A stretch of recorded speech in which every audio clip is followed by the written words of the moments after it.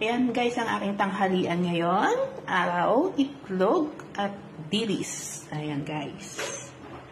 Para sa ating tanghalian guys. So, ayan guys, yung ating tanghalian guys. Lagyan natin ng toyo yung itlog at nakalimutan natin lagyan ng asin. Gusto ko sa itlog guys yung sunog.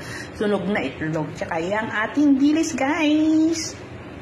So, yung ating dilis naman guys ay lalagyan natin ng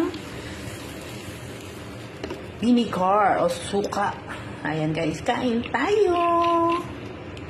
So, ayan na guys, kain na tayo guys. So, as usual, naghahunting tayo ng firework. Tapos na tayong magtas kay Popo. So, kakain naman tayo guys. Kain, kain! Kain, kain.